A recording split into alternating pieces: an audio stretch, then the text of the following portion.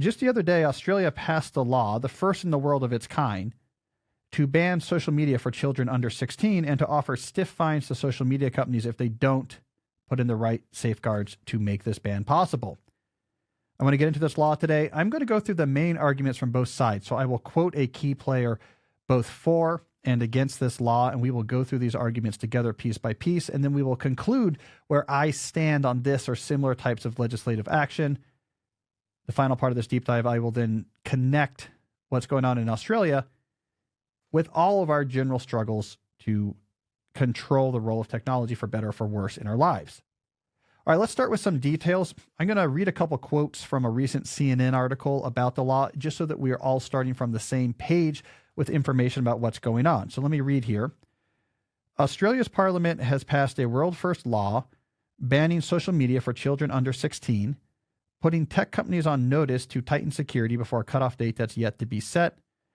Under the new law, tech companies must take reasonable steps to prevent underage users from accessing social media services or face fines of nearly 50 million Australian dollars, which is about 32 million US. It's the world's toughest response yet to a problem that has seen other countries impose restrictions, but not hold companies accountable for breaches of a nationwide ban. The ban is expected to apply to Snapchat, TikTok, Facebook, Instagram, Reddit, and X, but that list could expand. All right, so that's just a quick summary. A couple other points. The bill was backed by most members of Australia's main opposition party, which is the Liberal Party. It does have some opposition, including some fierce opposition from independents and some of the smaller parties, including the Greens. In terms of the Australian public, it has pretty large majority support. All right, so a strong social media ban for users under 16. Let's start for the arguments in favor. So the best summary I could find about the arguments in favor of this bill came from a quote from the Prime Minister of Australia, Anthony Albanese, who in that same CNN article I mentioned before said the following: "We know that social media can be a weapon for bullies, a platform for peer pressure, a driver of anxiety, a vehicle for scammers, and worst of all, a tool for online predators." This sentence packs in a lot of different arguments, so it's worth briefly unpacking into its constituent parts. So first of all, he's talking about social media being a weapon for bullies. So what's being captured here is that there is something about the pseudonymous communication that happens through these platforms where you're talking to sort of visual, digital abstractions of individuals, typically just through text, not actually interacting with real flesh and blood individuals who are in front of you, who you can see and read their body language, feel the full force of social capital cost of what you're saying. It's pseudo-anonymous, it's abstracted, it's digital. We know, as anyone who has spent any time looking at, say, political discussion online knows, this leads to a lack of the standard interpersonal inhibitions that typically structure our interactions with other humans. And it can really lead to extreme behaviors. It can lead to behaviors that in person would be considered really antisocial. And among adolescents and young adolescents and pre-adolescents who are very sensitive to social interactions, social media-based platforms, online interactions can really lead to bullying or all sorts of think of it as verbal, I don't want to say violence, but negative outcomes. All right. It's a platform for peer pressure, he says. I believe what he's alluding here is the fact that pre-adolescents and adolescents are very vulnerable to groups and peer pressures, and there is a lot of niche online communities that can be very persuasive. Their brains aren't used to the persuasiveness of these online communities, and it can push them into weird or destructive behaviors. What we have to think about these online communities is that you have this sort of digital competition that is being mediated by curation algorithms and engagement-driven metrics, which it's as if you have hundreds of thousands of small, weird, cultish niche groups all competing in some giant American Idol style competition. And those that are the most compelling win. So now when you're the 13-year-old and you're on TikTok and kind of browsing things, or you're on Instagram sort of browsing things, it's not just that you're going to find yourself in the niche communities that are going to sort of suck you in and maybe change your behavior in drastic ways, but you're being subjected to the A team, the all-star team of niche cultish communities, because just the fact that you are being shown them in your feed means that they have survived these algorithmic mediated tournament. So it's used to be, hey, maybe you ran into a weird crowd or a cult at the airport when you were growing up. Now it's like, no, we've scoured the country to find niche communities that are most effective at grabbing people's attention. And this can cause lots of problems. Like one of the issues that these niche communities has exacerbated in pre-adolescence and adolescence, we know, is eating disorders. You can fall into these communities that are very compelling and very much glamorize very dangerous disordered eating behavior. Some of the small number of very powerful lawsuits right now that have been waged against Meta are specifically aimed at the damage caused by eating disorder communities online and what it did to kids. There's a lot of other things as well. All right, a driver of anxiety. The evidence here is clear. I've read the evidence. I've read the counter evidence. I've read the counter to the counter evidence. I've read the counter to the counter to the counter evidence. We have multiple independent streams of data that exactly matches self-reports. You cannot ignore self-reports. That's probably the strongest signal of all. That heavy social media use among young people makes them more anxious. And there's a lot of drivers for that, including these other issues that we're mentioning here. The scammers and online predators, this seems to be a real focus if you read the press coverage in Australia around the bill, because it's the most concrete. When you put people on a pseudo-anonymous, open access, global conversation platform, bad people are going to find the kids on there, right? It's like letting your kids free at 2 a.m. at the Port Authority. Like, hey, most people there are probably pretty normal, but there's the weirdos, and they're probably going to find you, especially if you're walking around looking like a little bit clueless. So because of this, we are getting, online predators is kind of obvious. The scamming thing is becoming a real issue.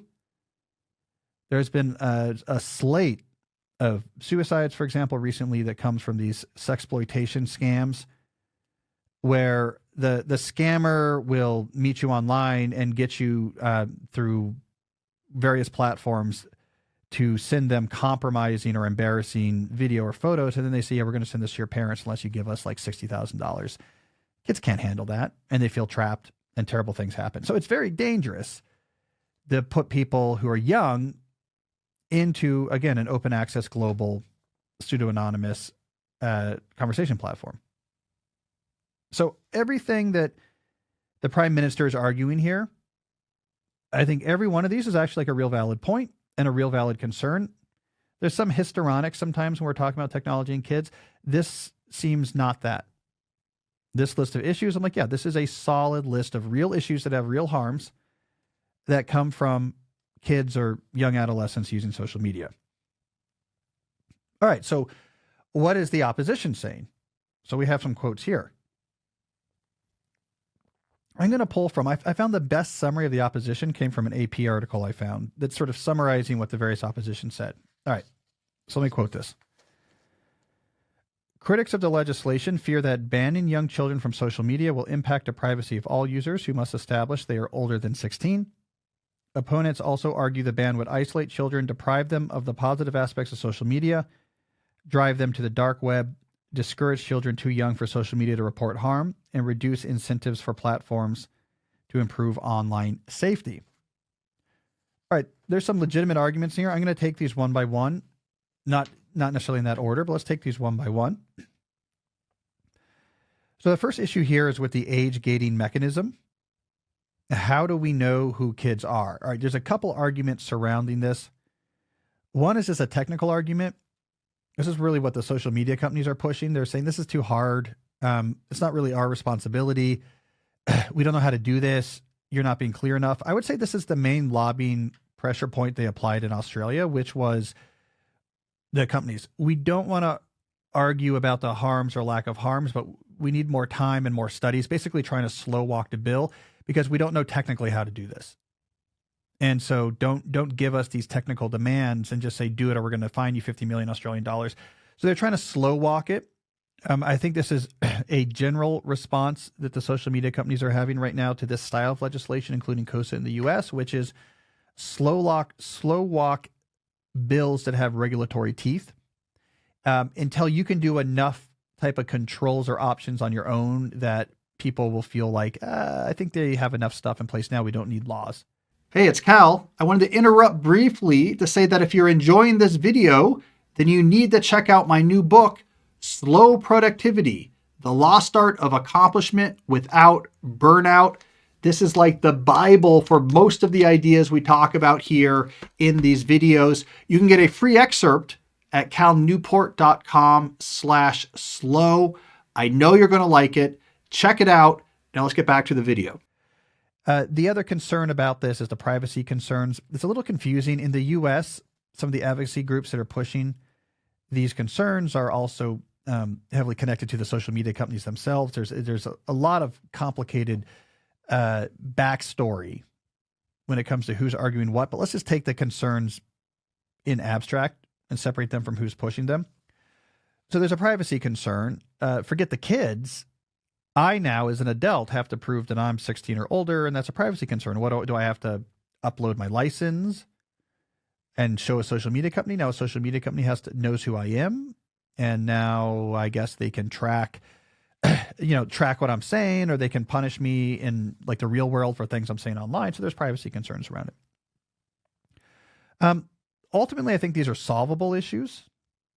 There's a couple different ways to think about it. One is and this is what the Australian legislatures are doing. It's a rip the Band-Aid. You're like, look, you got a year, figure something out good enough. That often tends to work. I think there's many examples of regulation of this general flavor that have some sort of technical complexity that is eventually solved. We just say, look, you have to do it. And something is solved. It's imperfect, but something is solved. It should be said, in the American context, there are other web-based services that have to do things like this. So notably in multiple U.S. states, pornographic websites have to do various types of age verification. It has not led to as big of privacy arguments because I think there's not as big of a lobbying effort to protect those sites. Let me tell you my preferred solution here. So I do think from a technologist standpoint, the approach of saying the sites and apps need to age gate, I actually don't think that's right. I don't think that's the right way to do this. There is privacy and technical concerns. Those are fair points. I actually think the right way to do this is at the operating system level. So here's my proposal, and I've talked about this before in various forums.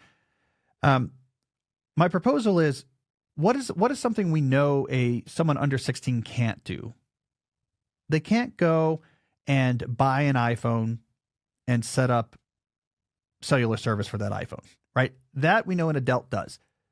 These 13-year-olds who have phones and they're using the phones to go on Instagram or to go on TikTok, the one thing we know is their parents set up that phone for them. You can't sign contracts. You don't have the money for it. You can't have a cellular contract.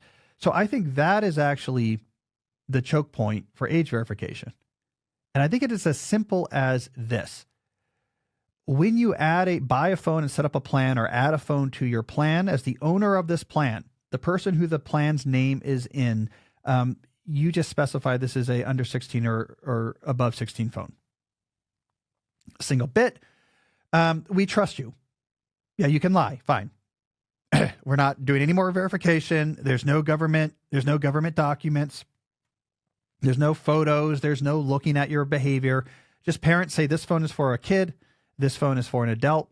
And then if that kid gets older, they can change that. The same place they change the credit card you use for your billing. Now the operating system just has a single bit. Any service who wants can query the phone and say, is this someone who is 16 and older or not? And they get one bit, yes or no. I think that's going to solve. That gets you like 90% there. There's no privacy concerns here. Technically, it's pretty straightforward. From an effectiveness standpoint, it largely works. Yes, like adults can lie.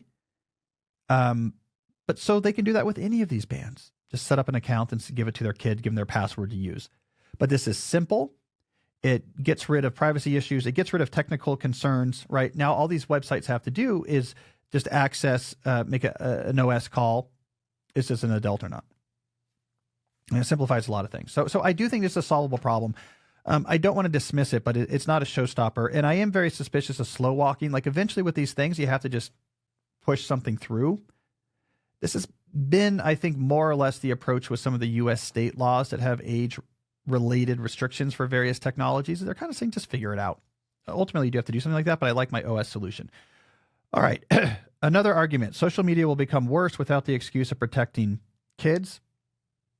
And kids will sneak in and not tell anyone because they're not supposed to be there. I don't buy this at all. This idea that the only thing keeping TikTok, Instagram, X, whatever, these are whatever services are being targeted here, the only thing keeping them from 8chan, just like straight up chaos, is the fact that we worry about kids being on there. That's nonsense. These companies don't care about kids. They haven't been doing almost anything for kids other than adding some privacy controls that parents can control, right? We are not, I do not buy this concept that our current social media experience is mediated by these companies being worried about kids. They're mediated by trying to keep their customers. What will our customers bear? If Instagram turns themselves into 8chan, most adults won't want to use Instagram. We see like X decided we are going to get less content moderatedly, and then Blue Sky came along and said we'll get more content moderation, and like these found different audiences, right? People are carefully trying to titrate what their content's like. Threads is saying we're going to turn down political content and we're going to turn up this type of content. Anyway, so I don't buy this idea that, oh, we know the kids aren't here, let's bring out the Ku Klux Klan, memes or whatever, because you're going to lose all your customers.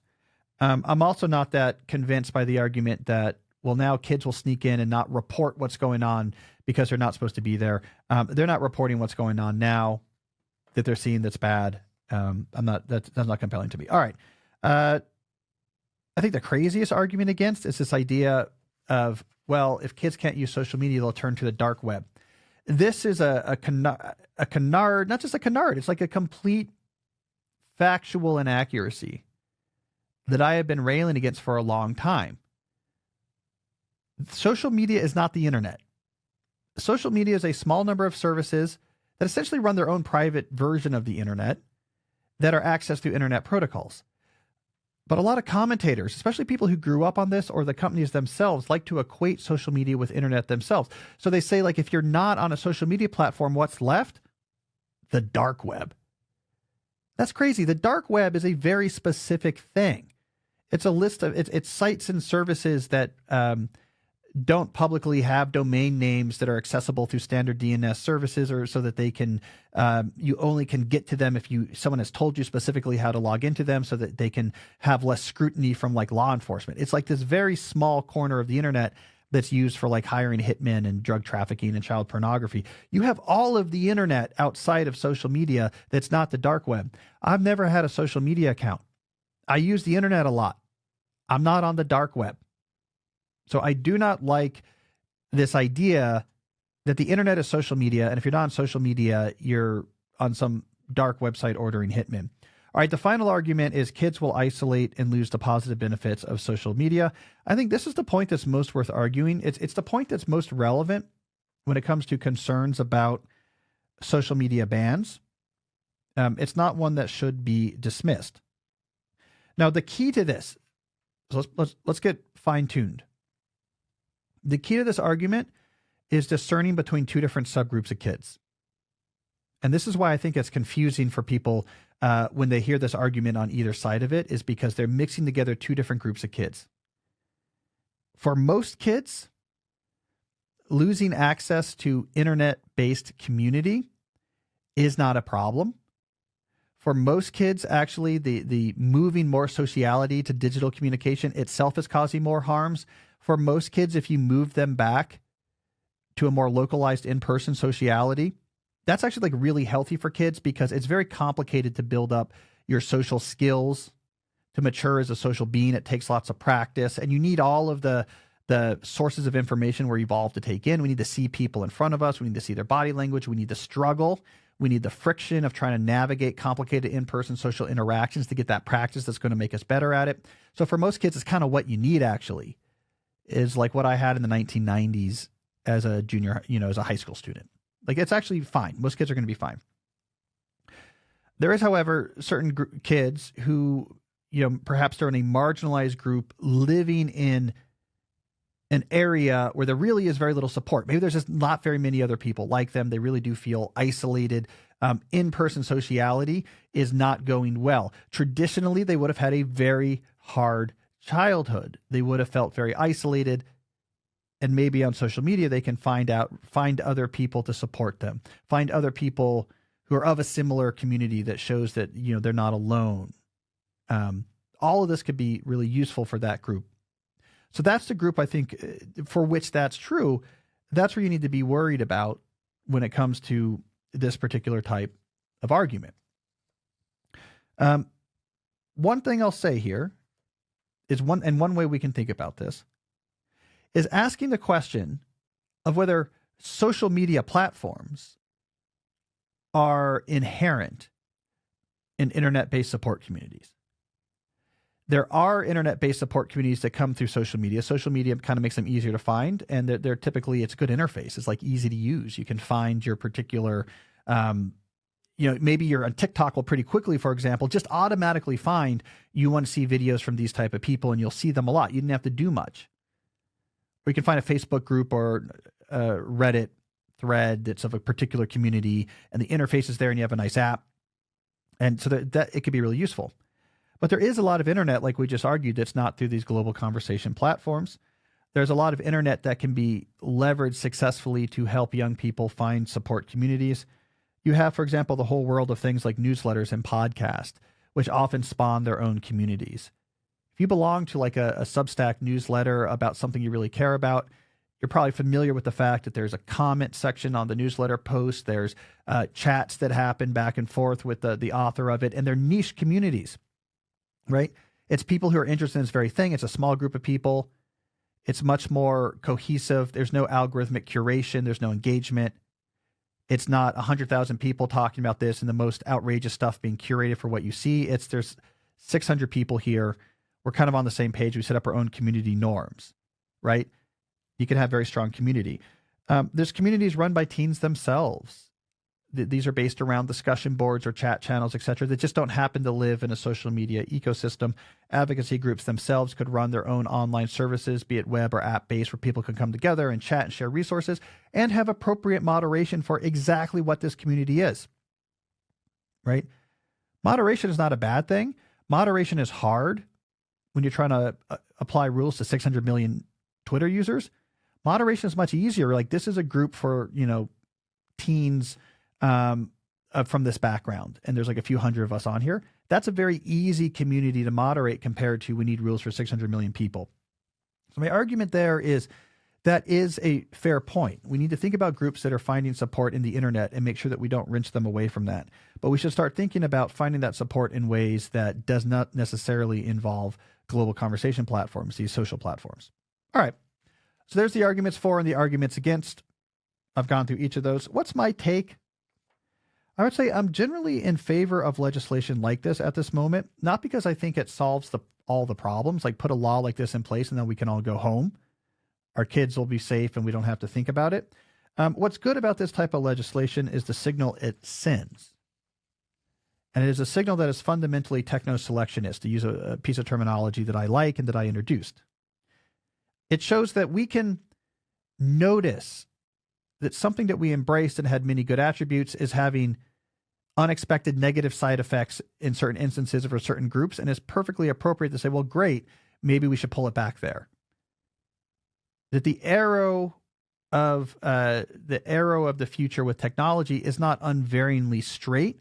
It's like a meandering river. It's generally heading towards some sort of proverbial future sea, but it takes turns and has oxbows, and we can say, this technology is great, let's try it out. That service didn't work. Kids shouldn't use this. Actually, if we change it to this works better. We can edit and reflect and curate and change our relationship to technologies that already exist, even technologies that are already widely used. I also like that legislation like this sends a message to parents, right? It's okay to say, I worry about this. I don't like my kids using this. When you have a law that's like kids shouldn't use this, it makes it so much easier to actually tell your kids, I don't want to use it. It makes it so much easier for your kids not to feel alone when they don't use it. This is something that opponents often don't understand about these type of laws, is they say, well, wait a second, so many kids will get around this. It's not that hard to get around if they really want to. And that's not the point. I think the point is not trying to get 100% compliance. It's trying to make the lives of families and parents who are really worried about this like 100% easier. Because now it's not, I will be the only one in my class who's not on Snapchat and my life's going to be terrible, to now the kid has to argue to a parent, will you break the law for me? And that's a much easier place for parents to be. So I think that's fine. I'm also generally not in favor of the approach of why don't we just instead make social media safer for everyone? I just think that's like an impossible thing to do. It's somewhat techno-utopian. It gets very vague. It runs into all sorts of issues.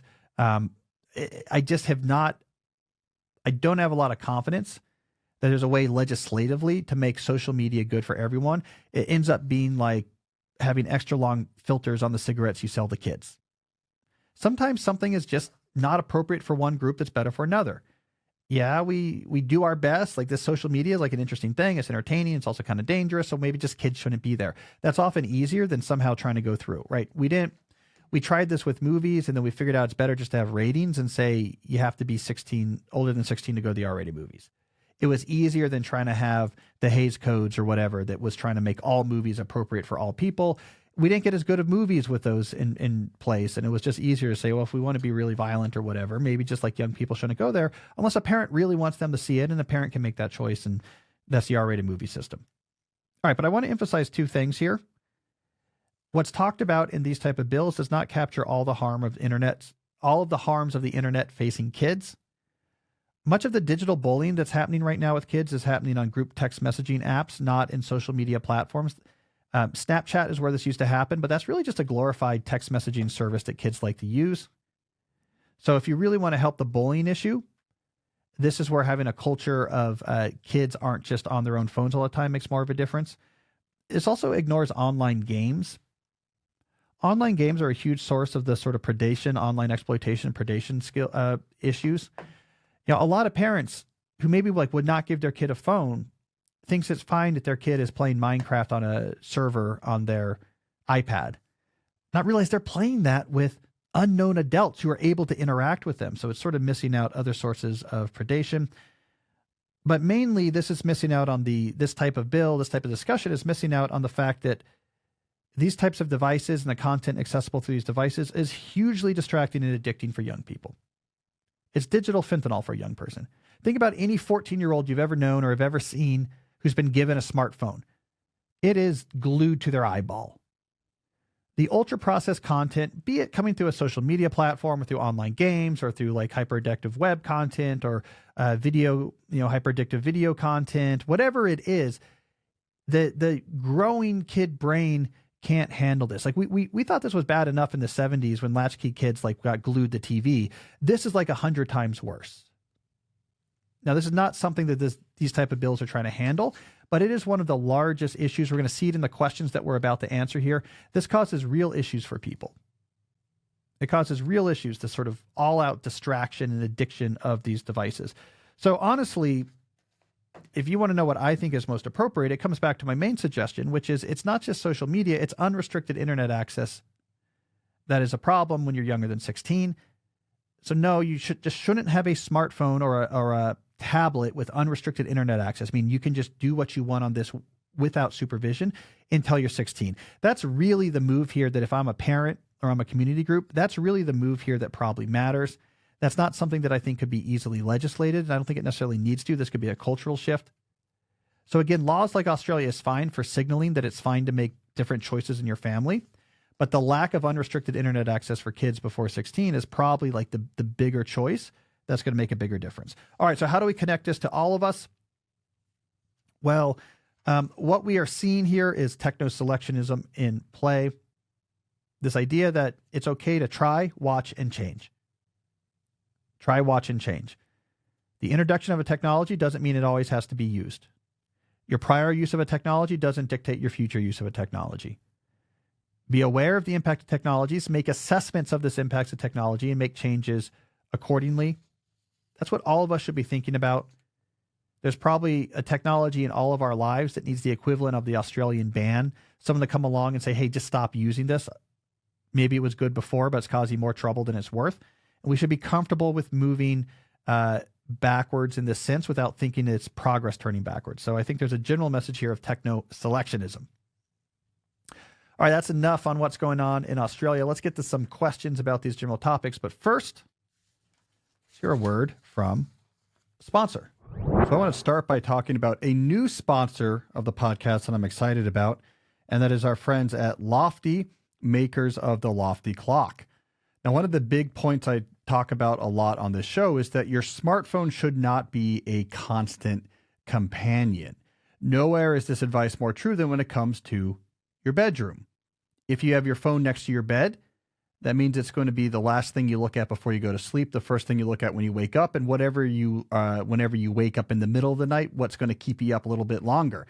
This not only is going to eat into your sleep time, it really feeds the addictive relationship with your phone. So you got to get those phones out of your bedroom. The problem is, how do you wake up? We have become used to using our smartphones as our alarm clocks. This is where the Lofty Clock enters the scene.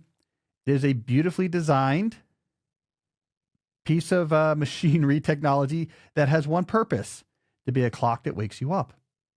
And it does this really well. We're well past the old school bells ringing on an old-fashioned alarm clock. You can choose how you want to do it.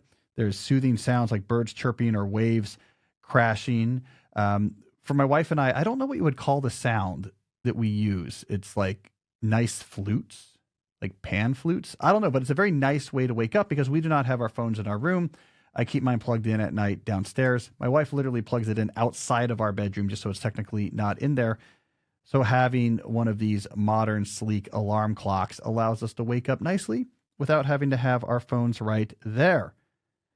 But we can think about Lofty as more than just a clock. Think of it as a sleep companion because it also has guided meditations, breath work, even white noise to help you drift off peacefully at night. I'm a huge white noise guy. I cannot sleep in silence. I travel to hotels with a white noise machine. That's a true story. The two-phase alarm, there's a two-phase alarm that will give you a gentle nudge at first, which often is enough to wake you up, and then a final wake up to help ease you into your day instead of just jolting you awake. The library of daily meditations, breathwork exercises, sound baths, sleep stories, and more will help you relax and unwind without having to use your phone. I think it's kind of cool to have a meditation, if you're a little stressed before bed, coming right from your clock without having to bring your phone into the room. It has an entire rainbow of white and color noises, as well as nature sounds to help you drift into a slumber without having to look at a screen. And again, its design is beautiful. Sleek, minimalist, modern aesthetics, clutter-free vibe. It's going to fit in well in any bedroom. All right, so the Lofty Clock will help you, like it has helped me, get your phone out of your bedroom and make your sleep better. If you're ready to ditch your phone and reclaim your rest, or you want to give the gift of better sleep to someone you love, you've got to check out Lofty. Go to buylofty.com. That's bylofty.com and grab yours today. If you use the code DEEP20, the word deep, the number 20, you will get 20% off orders over $125. That's buylofty.com. Use the code DEEP20. Trust me, this little clock is a game changer and the perfect gift. I also want to talk about our longtime friends at Element, who have a new thing going on that's pretty cool. For those who don't know, Element is a zero-sugar electrolyte drink mix and sparkling electrolyte water born from the growing body of research revealing that optimal health outcomes occur at sodium levels 2 to 3 times government recommendations.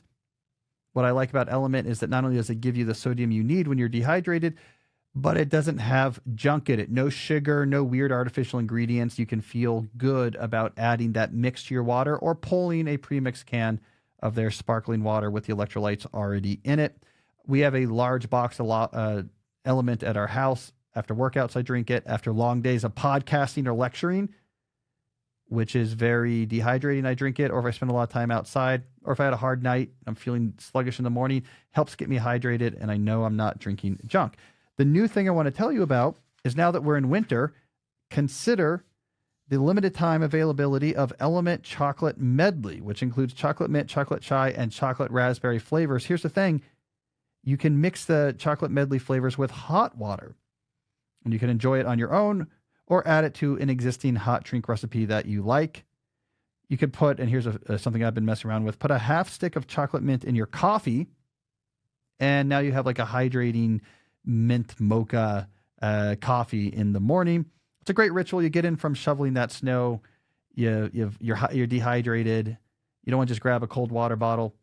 Heat up some of this Element Chocolate Medley flavors. It will be a ritual that you will come to enjoy in the cold months we're in right now. Here's a good news.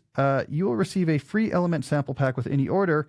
If you go to drinkelement.com/deep to order, that's drinkelement.com/deep to make your order, and you will get a free Element sample pack. Remember, you can try Element totally risk-free. If you don't like it, give it away to a salty friend and we'll give you your money back, no questions asked. But don't worry, they have a very low return rate and high reorder rate because people like me love us some Element. All right, let's get back to the show. All right, we're back. Let's do some questions. Without Jesse here, I'm going to have to read these questions myself. This is no fun. All right, our first question comes from EM. EM says, I recently lost my iPhone and my life has gotten exponentially better as a result. I easily keep up with my graduate school work and research goals. I'm spending more time reading and immersed in my hobbies and am taking better care of myself by sleeping enough and eating well. I spend maybe an hour a week on social media on my laptop, but here's the problem. I've realized that I am profoundly lonely. I moved across the country away from all my friends from graduate school, and now that I'm not spending hours every day fake socializing on Instagram, I'm actually noticing that loneliness. Any advice? Well, I like this because there's also a little case study hidden in here. Notice all the fantastic stuff that happened to EM when he lost his iPhone and then later just changed his social media to something he just does on his laptop 1 hour a week, which, by the way, you're allowed to do. And by the way, I make this argument in digital minimalism, but when I talk to adults who give me a case that they need to be using social media, 95% of the time, the things they say they need to use social media for could be handled in 1 hour a week on their laptop, right? So they use that small number of things. I need to be on the Facebook group for my running club to justify 5 hours a day of scrolling on their phone. So I really love seeing that. I love, and I'm going to emphasize what EM got out of this. He easily keeps up with his work now, makes progress on his research goals. He reads, he's in hobbies, he sleeps. All this good stuff happened when he got rid of the phone addiction. Okay, the loneliness. Well, this is important because it underscores one of the more insidious side effects or attractions, maybe I should say, of our current digital world. It simulates. These services and apps and devices simulate deep human needs. Now, not in a sort of deep way where it's actually going to satisfy those needs, but just enough to be alluring, right? It's like they have evolved to say if we can offer a satisfaction of deep human needs, that will make us particularly alluring to people, and we can become a real part of their life and therefore harvest their data and eyeballs. So fake socializing, as he talks about it, so being on social media and talking with people with digital typing back and forth on these various sort of global conversation platforms, draws on our deep human need for sociality and sort of makes us feel, vaguely speaking, like, okay, I guess we're social. Like in a rational way, we're social. We're talking to people all the time. But the problem is, and I argue this in detail in digital minimalism, it's not actually fulfilling our need for sociality because the deep parts of our brain isn't seeing another person. Where is this person? What do they look like? When are we sacrificing non-trivial time and attention on their behalf? So the deep part of our brain is not seeing real human relations. It's just the rational part of our brain saying, I'm very social, I'm very social. And so we're actually very lonely, but don't realize it. And so what we see here is once EM actually took away the fake socialization, he realized, oh, I have been really lonely. There's not real people in my lives. I was papering it over. With this. There's other needs these fulfill where they do similar things. I mean, for example, we have this drive for competency, to be good at things because it increases our status in the community tribe as someone who's useful and valuable, and we build a lot of meaning on it. Video games can get in there and toy with that. Oh, you're leveling up. You just killed all the Nazis in this base in Call of Duty. It plays with that. So you're like, yeah, that's fine. I'm okay. I feel like I'm doing enough to feel competent, but you're not actually doing anything that's building real competence. There's no real friction. You're not building up real sort of hard skills in a way that our body recognizes, or our communities recognize, and that comes to haunt you. And at some point you're like, why do I feel so hollow and sort of like angry or adrift or isolated? It's because I wasn't actually building up a tangible skill that's valuable to the community. I was pretending to build up a skill. It simulates that. It gives you numbers. You're level 6 and you do some button pressing and now you're level 7. It sort of simulates it, but it's not really giving you what you need. So Ian, what should you do? You have to do the old-fashioned work of actually building connections. So join communities, Be useful in those communities. Over time, try to get a leadership position in those communities. That's a great way to be around people, to feel useful, to feel less lonely, and to feel connected. You'll meet people that way as well. You also have to think about taking regular doses of what I call vitamin people. Being around real people in person is necessary for your health. So it's not about like, am I in the mood to be social this week? Because especially if you've been fake socializing, you might have lost that muscle. It might feel very uncomfortable. It's, have I got a sufficiently large dose of vitamin people this week? And you go and you do things, or you invite someone you know, or go to something you know to get that dose of vitamin people. And then over time, as the rewards come from forming these connections, it's less something you have to sort of force yourself to do, and it's something that you're really going to want to do. So yeah, it can be hard work to rebuild your social connection, but it's important. And I appreciate you highlighting the degree to which social media in particular can obfuscate the idea that you actually are very lonely. You just don't realize it. All right, let's move on with Fahad. Fahad says, you mentioned the following Arnold Bennett quote in some of your books. One of the chief things which my typical man has to learn is that the mental faculties are capable of a continuous hard activity. They do not tire like an arm or a leg. All they want is change, not rest, except in sleep. Fahad continues his question. Do you still agree with what it says? Do we really not need a rest? Can we work all the time like robots? Well, no, we can't work all the time like robots. That is exhausting. I talk about this in my book, Slow Productivity. Particular principle 2, work at a natural pace. We need great variations in effort over different timescales. But Bennett isn't talking about professional work here. The argument he's making, and this comes from his book, How to Live on 24 Hours a Day. The argument he's basically making is you don't need as much like veg out resting as you think. That's what sleep is for. Sleep is for the restorative, I'm doing nothing and my body is like recharging for the next day. He's saying with your other time, do stuff that matters. Like do interesting, high quality stuff. So Bennett is actually pretty dismissive of work itself because he was addressing this sort of newly enlarged London middle class. They worked downtown and they would take the trains back to their suburbs. He's like, yeah, you got your job, do your job. All right, when you get home, you have 8 hours until you go to bed. And what he's saying is like, don't veg out. Do good stuff, like intentional, meaningful stuff at that time. It's going to energize you instead of exhausting you. Now, his version of vegging out, if you read the book, because this is the early 20th century, is like drinking. Like, I'm going to drink. I think you had like playing cards and drinking. I guess that's their equivalent of like vaping and scrolling social media. He's like, no, do meaningful stuff. Read poetry and think big thoughts and have grand conversations or whatever. And I think there's truth to that. I think intentional activity is something that we crave. It doesn't have to be hard activity. It doesn't have to be like a real strain. But being intentional versus I'm now going to spend 2 hours on my phone while Netflix is playing. He's saying being intentional is going to be better. It's not going to exhaust you. It's going to give you energy. I think that's true.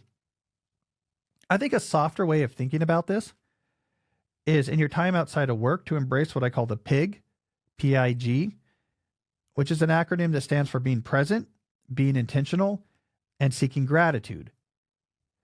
So moment by moment in your after work time, when you're deciding what to do next, be intentional about what you choose.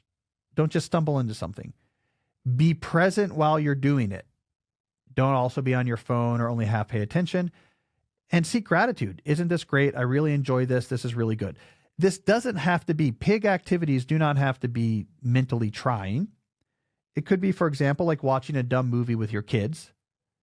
But if you're chose to watch this movie, like we're all going to get together to watch it, you're present with them in the movie and what's going on. You find gratitude in like being able to watch this movie that you remember from your childhood and your kids are there and it's, you know, it's like a nice night or whatever. That is like a meaningful activity. It's not draining. It's not hard. You know, you're not getting after it or crushing it, but it's different than like, I'm just kind of vegging with my phone. So maybe that's a softer way to think about Bennett is presence, intentionality, and gratitude. Live on purpose at most times. even if what you're doing on purpose is something that's not particularly mentally trying or difficult. So anyways, thanks for bringing that up. And I like that book, actually. It's one of the first self-help books, How to Live on 24 Hours a Day. We got a question here from Heather. How do you do your research for books and articles? I find it challenging to sort through all of the information online. How do you write your books in terms of tools and organizing your thoughts? I thought this was an interesting question. The main point I wanted to respond to here is the reality that the world of available information is vast. So like you want to write an article, you want to write a book. Between other books and other articles and the world of online information, it's endless. The idea that I'm going to master everything relevant to this topic and somehow organize it and present it back in my books or my articles is hopeless. It's quixotic. So the way a lot of idea writers like myself or critical commentators like myself, so I write critical commentary and I write idea books. The way we often operate is trying to create a coherent path through this world. It's like pattern matching. These 4 or 5 things I've encountered seem to connect together.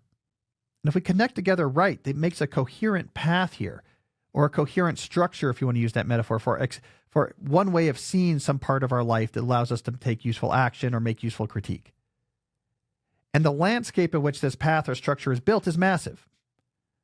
The landscape of all relevant ideas and information is massive, and we don't have to get our arms around all of that.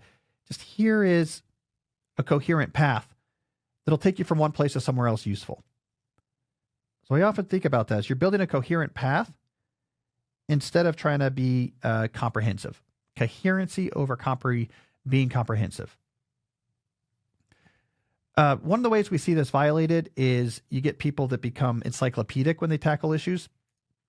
Well, there's 15 relevant main issues to this issue that we're trying to face here. And if we go into sub-issue number 3, sub-point 4, sub-point A, we see this particular argument, and then we can contrast that with point 7, sub-point 6. Like you can get this like complicated hierarchy of information that in most instances is just overwhelming and doesn't help. The other issue we see when we ignore the reality of coherence versus comprehensiveness is that people get petrified. If I build a path over here, what about the landscape over here and over here and over here and over here? And what if someone is over in that landscape and they will be upset that my path over here doesn't speak to their particular landscape? The problem is that's also a quixotic approach as well, because the landscape is vast. The number of ways to think about it is vast. The number of different things that people care about most when it comes to a particular issue is vast. And to try to address or handle everyone, to build a map that covers the entire space, you're probably not equipped to build that map because most of these other spaces you've never been to before. So it's not a useful map and it's much more boring. I want to go, I'm stretching this metaphor, but I want to go on a nice nature walk now. I don't need a topographic map of the whole state, right? So that's the other thing that happens. Comprehensiveness can lead to a sort of incomprehensibility because it's just you're trying to do too much.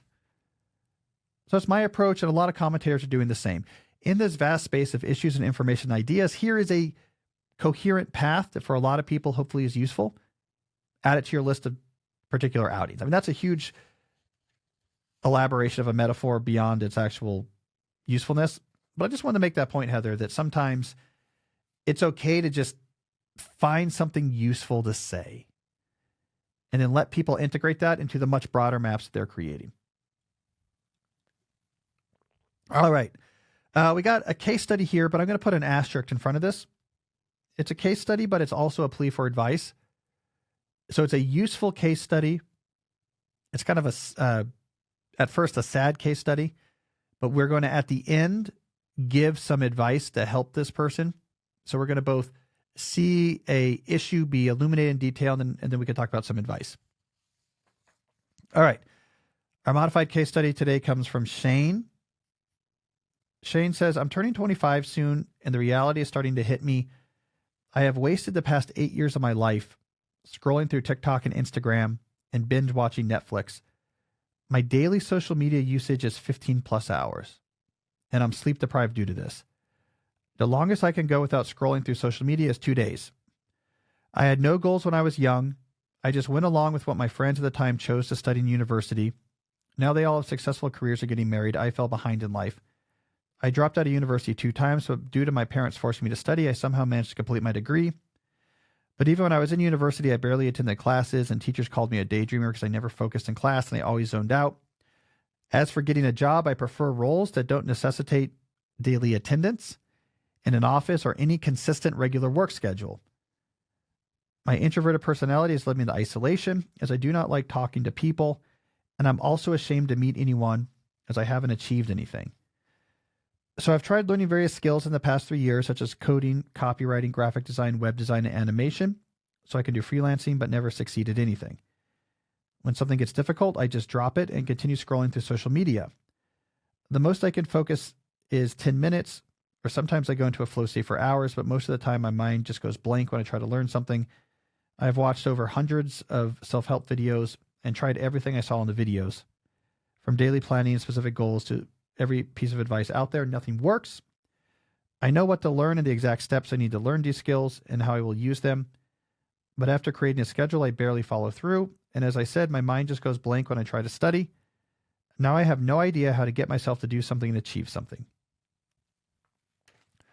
All right. Well, let's start here with a little bit of empathy. This is sort of the worst case scenario or a crystallization of people's fears when it comes to smartphones and social media and young people. It is not for some people benign. It is not for some people a way to check on sports rumors and a community that's really supportive to them as part of an otherwise rich lives. These devices with these types of services can be incredibly addicting and have damage to people's lives that counters or is comparable to the damage of any of the more sort of well-known addictions. And we see that here in this case study. Now, why do they do this? Well, we have the distraction component, right? So like, how does this damage happen? There's a distraction component. You're using your phone instead of doing other things that are more valuable, but there's a deeper issue going on. And I alluded to this earlier in the show, but I'm going to detail it here more. These phones simulate deep human needs that were designed to actually drive humans to do the hard work of becoming a successful, sustainable, proud human being. It is hard work to become a respectable adult who feels satisfied in life and has a sustainable, meaningful life. That is hard work. Evolution set us up to help us do that hard work by giving us a collection of fundamental human needs. And they're so compelling that in the pursuit of satisfying these needs, we will do the hard stuff necessary to become a successful adult. So these needs include connection, a sense of competency, community standing, and curiosity / fear of boredom, among others. Those needs are very strong. Trying to satisfy those needs, we end up learning how to socialize, doing the hard work of getting good at things, trying to become a leader in our community, seeking out interesting information or productive activity because we really hate being bored, etc. Modern phones and the apps and services that are on them can simulate fulfilling these human needs just enough to short circuit us from actually going after them. They make us feel just enough connected, just enough competent, just enough part of a community, and just enough not bored that we don't actually get up off of the couch and do the stuff needed to become a successful adult.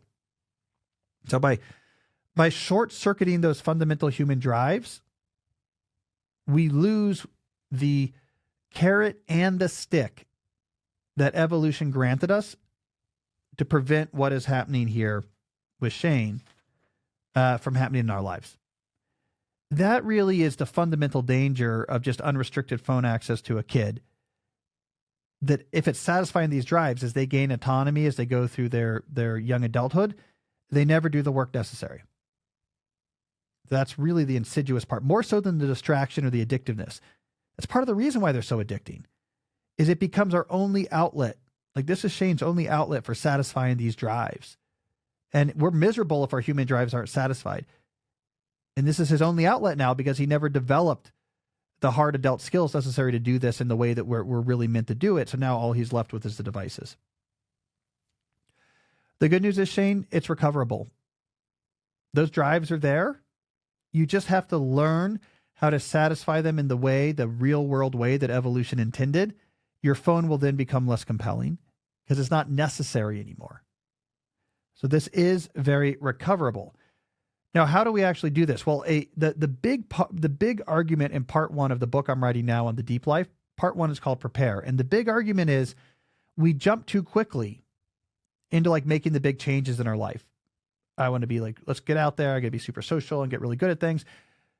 But we skip the first part, which is just preparing ourselves to be an eminently qualified human being. Just the hard work of like learning how to be someone who can do hard things. Until you've practiced and created yourself into someone who can tackle hard things in a consistent way, any attempt to just go do something hard is going to fail. So I'm going to recommend a 3-part solution here. Let's start with discipline. The ability to do hard things that are valuable that you don't want to in the moment is the fundamental ability if you're going to transform your life. You are very bad at this now. That's fine because it's practiced. To say you are bad at discipline now is like saying also you're bad at the banjo. The latter thing when it upsets you because you're like, yeah, I've never played the banjo, but I'm sure I could get better if I practice. Well, the same is for discipline. I would use the discipline ladder technique I talked about in a recent episode where you start with a really small thing that you do daily, but it's easy. And then you ladder up to something slightly harder. And then once you get used to that, you ladder up to something harder. So you work your way up to increasingly demanding versions of whatever you're working on. I would run 2 discipline ladders, one involving like health and physical fitness, and one involving the intellect, probably around working your way up to being able to read like interesting hard books. So have a ladder you build up towards, which will lead to you getting in good shape, and a ladder that'll lead up to you being able to use your mind and apply it in a consistent, sustained way and be exposed to interesting ideas. Run those ladders concurrently. This could take 3 to 6 months. But it's going to give you a base of discipline we can now use going forward. All right, next you got to organize your life. Start with capture systems. Just have a place where you write down all the different stuff you have to do, broken up by role and status. And then put away a lightweight morning shutdown routine. So just every morning, a very lightweight thing you do.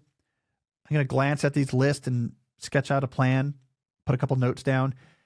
And a shutdown routine you do, this should be really centered on, I just want to make sure anything that came up gets put in those lists so I'm not remembering anything in my head.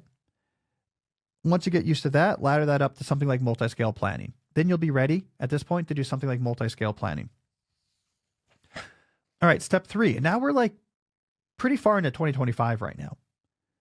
Now we're going to reclaim your brain from the phone. I don't want you doing this yet. Before you have discipline, before you have some organization over your time and obligations, I don't want you going cold turkey on your phone yet because it's going to be like going cold turkey on like an alcohol dependency. You're going to get the DTs. It's going to be dangerous. But as a third step, you're ready to reclaim your brain. And this is where you're going to take a 30-day break from optional digital technologies. I kind of walked through this in my book, Digital Minimalism. You're going to aggressively explore in-person community opportunities. You're going to aggressively explore a hobby or skill that teaches you the joys of real competency. You're going to aggressively look into the world of ideas outside of your phone. It's going to be like a reading or documentaries.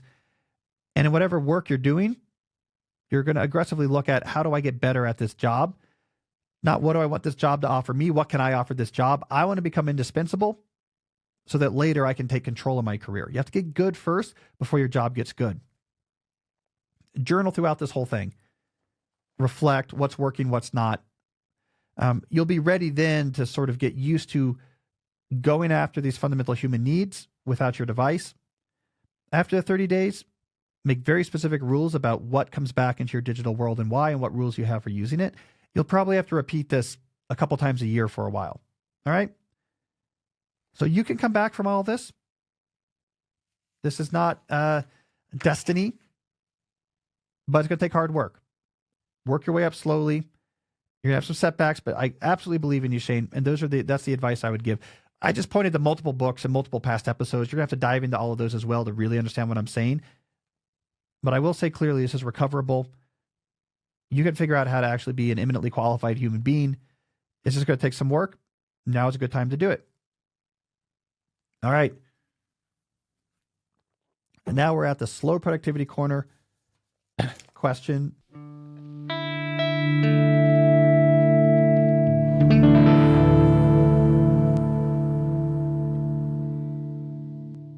The slow productivity corner question, we do one question a week that relates to my new book, Slow Productivity, The Lost Art of Accomplishment Without Burnout. All right, today's slow productivity question, corner question of the week comes from, I don't have a name. That's a cool question. All right, here we go. How does Festina Lente compare to the Tanya's longer, shorter way? Sounds quite similar, and I like finding a source for the essence of this wisdom in Torah. All right, so we got to do a little bit of scholarship here. Festina Lente is this Roman phrase, make haste slowly, which I talk about in my book, Slow Productivity, because it ties to the second principle of slow productivity, which is to work at a natural pace. So make haste slowly. What it's capturing is you're sort of relentlessly and systematically moving towards a goal, but doing it carefully and slowly. All right. The longer short way, which is a Jewish concept, I didn't know about until this question. So I did a little bit of research. And as anyone who knows anything about serious Talmudic study knows, 20 minutes of internet research is all it takes to master these concepts. No, I'm being sarcastic. I'm apologizing in advance to all of the rabbis who are about to say, oh, you're getting this completely wrong. But let me give you my understanding of the longer short way concept. It comes from a story from Talmud. All right. For those who don't know, Talmud is the combination of the Mishnah, the oral law of Judaism, combined with commentary known as the Gemara into sort of one book, et cetera, et cetera. It's old. All right. And it's something that is studied in Judaism. All right. So I found, using internet searches, the story from Talmud from which this concept comes from. And then we're going to say, how does this give us more insight on slow productivity? All right. Here's the story. Said Rabbi Yeshua ben Shania, once a child got the better of me. I was traveling and I met with a child at a crossroads. I asked him, which way to the city? And he answered, this way is short and long, and this way is long and short. I took the short and long way. I soon reached the city, but found my approach obstructed by gardens and orchards. So I retraced my steps and said to the child, my son, did you not tell me that this is the short way? Answered the child, did I not tell you that it is also long? All right, so this story has a lot of interpretations. In particular, I believe in maybe in Hasidic tradition. There's a book about it. There's a rabbi that's done a lot of glosses on it. But the simple version, as best as I could tell from my 20 minutes of internet searching, what's being said here is the long, short way. So the path pointed out by the child that is long but short is sometimes the most direct way to get to an important goal. It is a long path of intentional, steady effort is sometimes the shortest way, the best way overall to get to a goal. By contrast to short, long way, where you think you're taking a shortcut, but it ends up being very long. So in sort of Jewish tradition, as far as I understand, this is often applied to like Torah study to get to the goal of like connection to God. Actually, the shortest path there is like a long commitment to studying Torah, right? So long path of steady, intentional effort is sometimes the shortest way to a goal. That's a cool concept.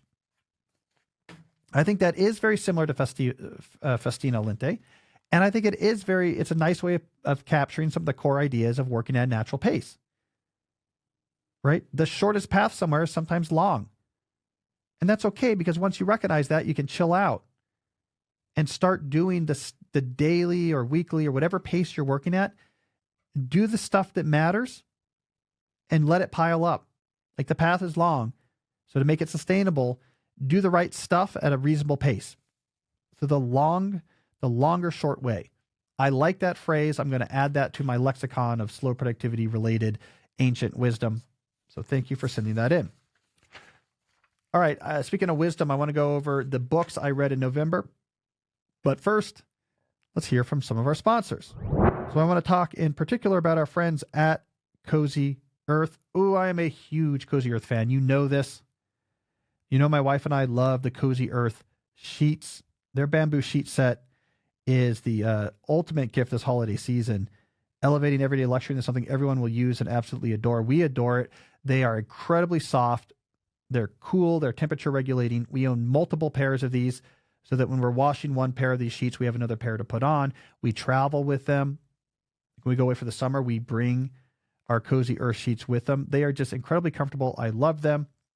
Cozy Earth is not just about sheets as well. They have other things such as pajamas. My wife has the Cozy Earth pajamas. I have the Cozy Earth sweatshirt. We have the Cozy Earth towels. They just make really comfortable stuff. And once we became addicts for the sheets, we began, we have the duvet cover. It's comfortable stuff. I really do love the Cozy Earth stuff, especially the bamboo sheet set. Their goal is to help you create a sanctuary within your home, a refuge from the demands of the outside world. They understand the significance of finding comfort and tranquility in the midst of our hectic lives. Your 5 to 9 should consist of relaxation, rejuvenation, unwinding, and embracing a sense of calm. With Cozy Earth, you can transform your space into an elevated haven when serenity and renewal intertwine effortlessly. I think this is a great gift idea. If not for someone else, make this your gift for yourself this season. I want to go into the new year with sheets or pajamas or whatever that are super comfortable. They all come with a 10-year warranty. That's how much they believe in them. And they have a lot of responsible production practices, etc. All right, so if you want your Cozy Earth pajamas by Christmas, you need to order by December 13th to get free shipping. Missed it? You can still get expedited shipping until December 20th to ensure it arrives in time. So you can get your Cozy Earth as the sheets for someone else. You've got time. If you're doing them for yourself, well, do that soon as well. So don't wait. Head to cozyearth.com/deep now and use my exclusive code DEEP for up to 40% off. You want that discount. So remember, cozyearth.com/deep and use the code DEEP. Give the gift of luxury this holiday season. That's cozyearth.com/deep. If you get a post-purchase survey, this is like a request from me, say you heard about Cozy Earth from Deep Questions podcast. If you select that from the list in that survey, if one comes up, it really helps me. I also want to talk about our friends at My Body Tutor.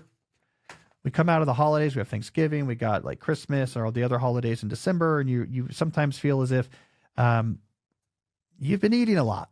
You've been sitting around on the couch a lot. It's dark. You're not outside enough. You're not feeling healthy. You have your New Year's resolutions pending. I want to get in better shape. Well, let me tell you how to do it. My Body Tutor. My Body Tutor, which is founded by Adam Gilbert, who I've known forever, is a 100% online coaching problem that solves the biggest problem in health and fitness, which is lack of consistency. They do this by simplifying the process of getting healthier into practical, sustainable behaviors, and then letting you check in and work with your coach online every day to actually be accountable and to make the sort of flexible changes you need as life comes at you. That's why My Body Tutor works, is because you're working with someone else. They help you come up with your diet plan, help you come up with your exercise plan, and then you check in with them about how it's going. They hold you accountable. When you travel for Christmas, they say, what changes are we going to make, for example, so that you don't fall too much off your plan? You don't have a gym. What exercises should you do? So they help you adapt as well. And because it's 100% online, it is much cheaper than having to work with like a nutritionist or a trainer in your gym in person. So now is the time to finally fulfill your wish of getting healthier. And I recommend My Body Tutor as a great way to do that. Just go to mybodytutor.com, TUTOR. Mention Deep Questions when you sign up, and Adam will give you $50 off your first month. mybodytutor.com and mention Deep Questions. All right, let's move on now to books.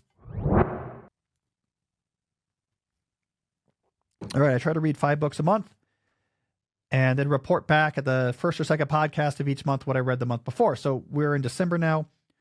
What books did I read in November 2024? First, I read Gaining Ground by Forrest Pritchard. It's a cool memoir. It's a memoir of Forrest went back to his family farm and took it over. He's over in Shenandoah, not far from here. He sells at the Tacoma Park Farmers Market, so I love crossing paths with him. And I enjoyed it. It's like a good memoir of someone like learning and embracing the farming life. Another memoir I read, I guess I was in a memoir mood this month. I'm realizing this. I read Little Chapel on the River by Gwendolyn Bounds. I like Gwendolyn Bounds' writing. Earlier this year, I read that great book she wrote about Not Too Late, about people in middle age taking on difficult physical goals. Little Chapel on the River is about her moving from New York in the wake of 9/11 to a small town on the Hudson River Valley, and how she got really involved in this like old small pub on the river in this town and getting involved in the life of the people at the pub. And she's a great writer, and it's a great book. It wasn't what I thought it was. This is my fault, not Gwendolyn's. I came into this thinking I really want to hear about what it's like moving upstate from a city. The like life in the countryside and the slowness, and because that's, very aspirational. It really was about this bar and the people in the bar, and it's very touching, the relationships she made with these people. But it was like the vignettes of this. It ended up being a very affecting book. It wasn't what I thought, but I ended up enjoying it. I also read Lost in Thought by Zena Hitz, Hitz. Now this I thought was going to be a memoir, because Zena, she studied at St. John's in Annapolis, the great books program there, and was a successful academic, but left the track and went to like what was essentially a monastery. And I thought this book was going to be about her recommitting to a life of the mind. It's not really about her, though, after the beginning. It's just more of a polemic about the value of the life of the mind, the sort of standalone value of a life that's dedicated to embracing and engaging thoughts. So once I adjusted that that's what this was really about, there's some really good arguments in there. I read it because I'm thinking about one day writing this book in defense of thinking, and she's kind of doing something like that. So if you want a sort of muscular argument in favor of like hard books and ideas as having intrinsic value, Lost in Thought will give that to you. I then was, I guess, the last person left to read Outlive by Peter Attia. I did an event with Peter, and he'd give me a copy of his book, and I read it on the way home. It was much better than I thought.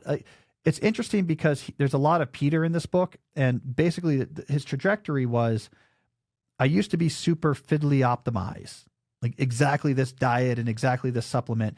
And he sort of matured and was like, no.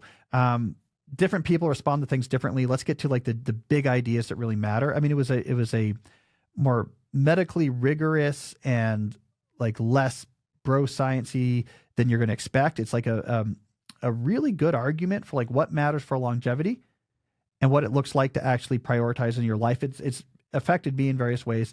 Well written. No wonder it's sold, and I'm checking the official list here, all the copies, because it's a very good book. And again, it's more general and less in the weeds than you might imagine. So I'm glad I read that. Finally, I read We Have Never Been Woke by Musa al-Garbi, who's a sociologist, assistant professor sociologist at Stony Brook. That's probably my favorite book of the month. I love books like this where you have like a young academic throwing bombs. I mean, he just comes into the building, he looks at the people around him and is like, I've got something to say. And he's making a big argument, and it's a bold argument, and he does it confidently, and it is very timely and very convincing. And it's not saying something like, oh, we all are thinking this. He's just taking his term saying it. It's surprising. It's the type of intellectual books I love. It's an intellectual experience, and I thought it was an exciting, fun book to read. Man, he's got some courage too. I mean, he's basically looking around at all of his fellow academics and other, what he calls the symbolic capitalists, but sort of the technocratic elite of U.S. culture, and just saying, hey, all this woke stuff, this is like you guys playing internal status games. It's about you trying to justify yourselves and your position, and it allows you to ignore or put down people who have it worse off than you and still feel good about it. And he's pretty compelling about it. It's a fantastic, exciting intellectual journey. You might not agree with all of it, but it's good. You'll learn a lot, and there's an energy to it, which you don't always see in these books. All right, so that's all I got for today. We'll be back next week, hopefully, if everything goes well with what I'm up to, with Jesse. I promise, Jesse's coming back. I can't wait for that. Until then, as always, stay deep. Hey, if you like this video, I think you'll really like this one as well. Check it out.